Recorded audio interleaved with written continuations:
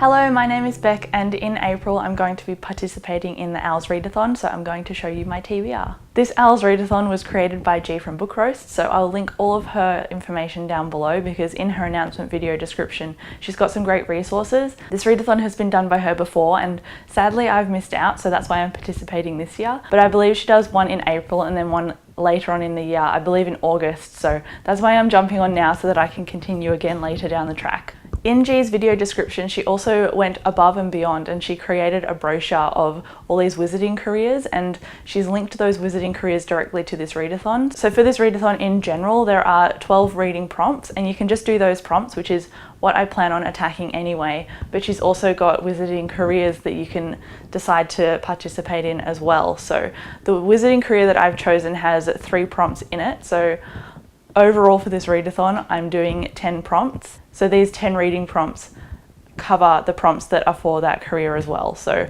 I'm doing the readathon to the best of my ability and also gaining a wizard career as I do it. If I have butchered that explanation in any way, don't even stress about it. G has a ton of videos and information about it, and the community on Twitter that she's created for the Magical Readathon will answer any other questions we may have lingering, because this is also my first time participating as well. But let's just get into the books that I plan on reading and the prompts that I'm going to be reading them for. So just first up in alphabetical order, we've got Ancient Runes and Arithmancy, and those are 2 prompts that I'm actually shelving for this. I'm not actually doing them. So I believe they're for read a retelling and read a book with 2 or more authors, and I don't have any more of those left on my shelf.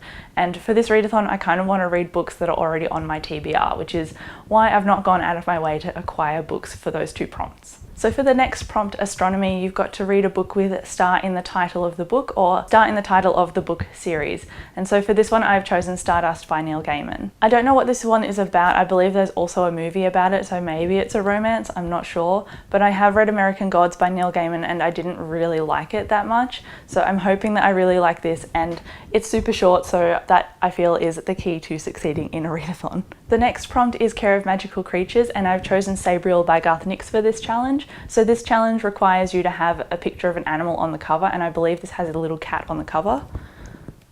No, it does not. Oh, that's sad. I lied, there is no cat on the cover, but there is a cat on the spine, so hopefully that still counts because I really want to read this book. All I know about this series is that it's a young adult fantasy series and it follows our main character Sabriel, and I think she's a necromancer, so all of those things make me super interested and I can't wait to pick this up. For the next prompt, which is Charms, I have to read an adult book, and I've actually mildly cheated with this and I've chosen The Grown Up by Gillian Flynn. This is not a book, it's a novella, but hopefully that will be fine. This is written by the same author as Gone Girl, and I actually haven't read Gone Girl, I just saw the movie, which is like a bookworm cardinal sin, but I'm hoping that I really like her writing and I want to try it out in this little novella. My reading has been slumping lately, so I really want to finish a couple of short things so I can feel accomplished and hopefully jump into a few larger books, because I do have a few novels on this TBR. So for the next prompt, I'm choosing a 400-page book, which I feel is a little bit ambitious, and I don't even have it here with me to show you, so I'll have to put a picture up on the screen, but it is The Rivers of London by Ben Aronovich. I'll be reading this one for the prompt of Defense Against the Dark Arts. So Dave's read this series and I thought it was going to follow an unwilling detective, but Dave's actually gone, no, he's actually quite willing because he wants to learn magic. So already that sounds like something I'm going to really enjoy, and Dave's actually collected the rest of the series. So hopefully I like book 1 so that I can continue on with the rest of the series. So the prompt for the next subject is Divination, which is a book set in the future, and I couldn't really find a book specifically set past 2019, so I've just picked up a sci-fi that I have unread on my shelf, and this is Nixia. I genuinely have no idea what this is about, I just know that it's sci-fi, and then the prompt on the back says the ultimate weapon, the ultimate prize, winner takes all. So it potentially sounds like Hunger Games in space, which I'm not mad about at all. This sounds awesome. So for the next few prompts, I'm going to pick up a few shorter things because I feel like if I picked novellas for many of these prompts, future Beck would be very angry at me. So for herbology, I chose Honor Girl, and the prompt for herbology is to choose a book with trees on the cover, and this has cute little trees on the back. All I know is that this is a contemporary graphic memoir, and that's all I need to know about it. I don't like knowing too much about memoirs or anything before I dive into them, and the fact that this is in a graphic novel format is something that really intrigues me. For the subject of history of magic, you have to read a book that's set at least 10 years ago, and for that I've picked up a graphic novel in the Marvel universe. This is Astonishing X-Men Gifted Volume 1, and like with the other books on this TBR, I don't really know what this is about, but I do love X-Men and I love Marvel so much,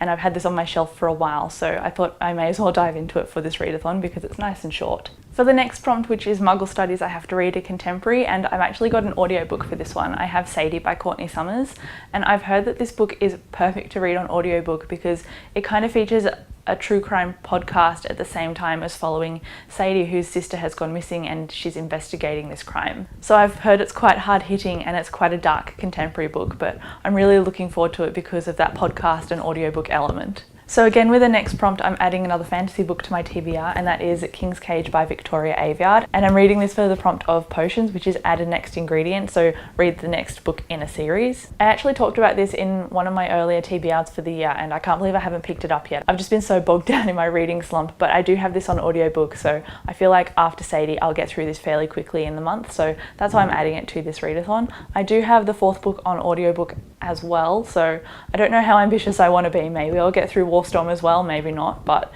it is a potential waiting in the wings if I finish this one for the readathon. And finally, we're on to the last prompt for this readathon TBR, and that is Transfiguration, which is read a book with red sprayed edges or read a book with a red cover.